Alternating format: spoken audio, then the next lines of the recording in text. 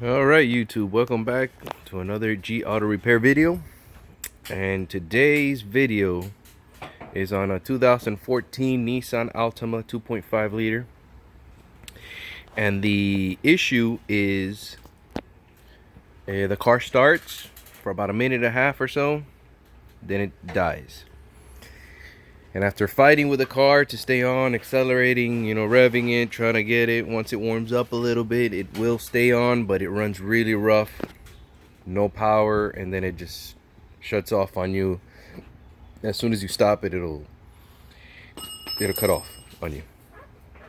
So check engine light on, p0011 code, and occasionally it will come up with a p0300 random misfire. Now the p0011 is an intake valve, variable valve timing over advanced, and that is what is causing our problem. This is a brief video I want to go over, and the culprit in this case is this valve here, the variable valve timing solenoid. Okay, so there's three. There's one that is called, for the intake, an intermediate lock valve.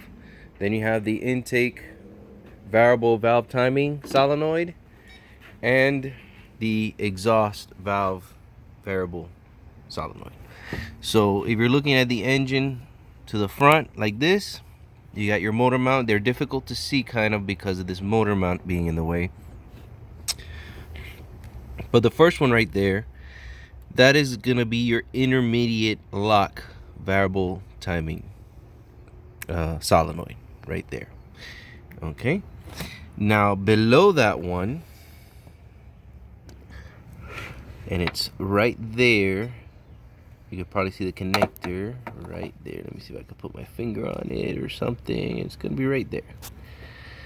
That one is your intake variable valve timing solenoid. That's the one I had to replace. And then the exhaust one is gonna be very hard to see because the motor mount is in the way, but basically it is right there, and I'm pretty sure you're not gonna be able to see it.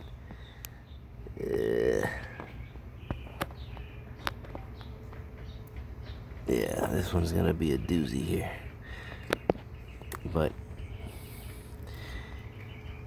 yeah, it's really hard to see, but it's in there. It's down there somewhere. It's down there somewhere. So three valves, they're all the identical valves, they're all the same part number, but you have your intermediate, then your intake variable valve timing solenoid, and then the exhaust is a third one closest to the alternator, just to give you a point of reference. So I pulled it out, I tested it. I'm gonna show you how I tested it to determine that it was bad. And first of all, if you can see the tip of it, there we go, let's focus. See, it kind of has a little bit of crust. I guess this car was a little bit neglected on oil changes at some point. Comes back to the same thing we've talked about before, these exaggerated oil change intervals and whatnots. So I'm gonna pass the camera over to my son, who's gonna help record. And what I used is this power probe. Okay, if you're a serious do-it-yourselfer or a professional technician and you don't have one, you need to get one. So we're just gonna, this is the negative here.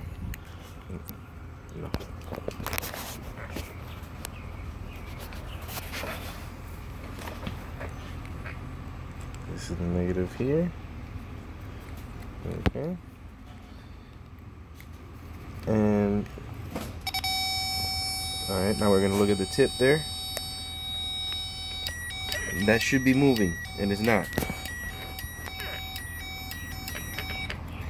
That should be moving, and it's not.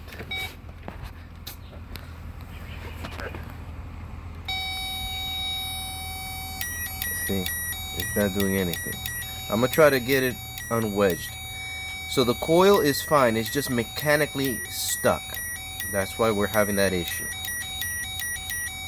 Okay, it should be, the spool valve should be moving. So I'm gonna try to force it to move if I can, and it's not looking like it's gonna let me. Oh, there we go.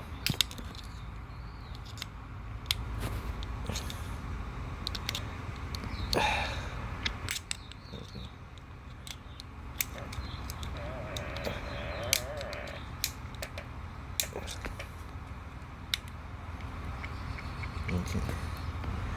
Yeah, this is not right. It should be the other way. I don't know what this is about, but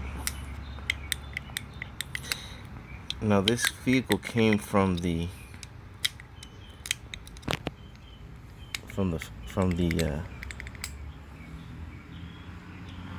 auction, and I could tell that they tried to do several things. They changed spark plugs, they changed coils, they changed the mass airflow, they changed the throttle body, and of course of no avail, because that wasn't the problem. It was, as a matter of fact, they did change one of these, but they didn't change the right one, or maybe at the time it was the right one, and then this one went bad afterwards. Whatever the case is not working. This valve should be moving. Focus. And it's not. So I replaced it and it fixed the problem.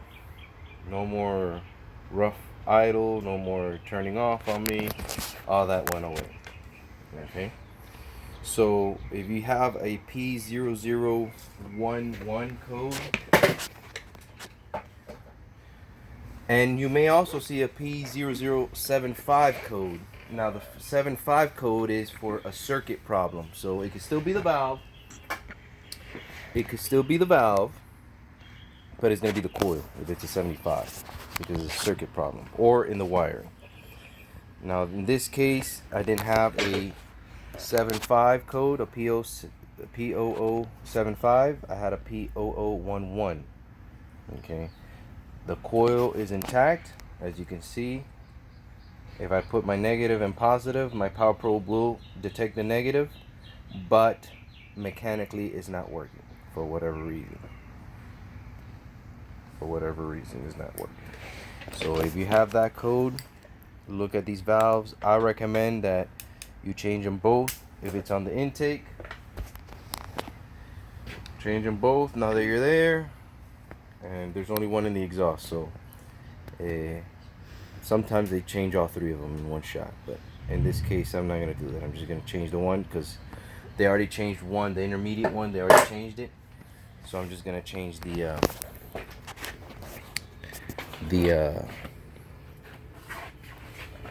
intake variable solenoid.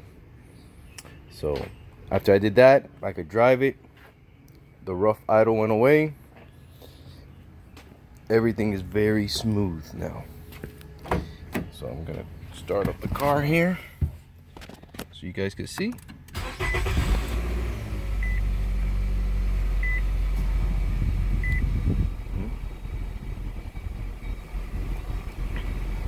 The car is cold. It's been sitting for a few hours. So normally what it would do, it would start off just like this, but after about a minute or so, minute and a half, it would come off. The engine would just die, and then to get it to stay on, it was a mission and a half. So there you have it, guys. Problem has been fixed. I didn't videotape the repair or anything like that, because I just wanted this to be a brief video, and as you can see, I got other cars waiting on me, so I'm kind of busy. I'm sorry. Well, guys, have a good one. I hope this helps. Like and subscribe, and catch you on the next video. Ciao.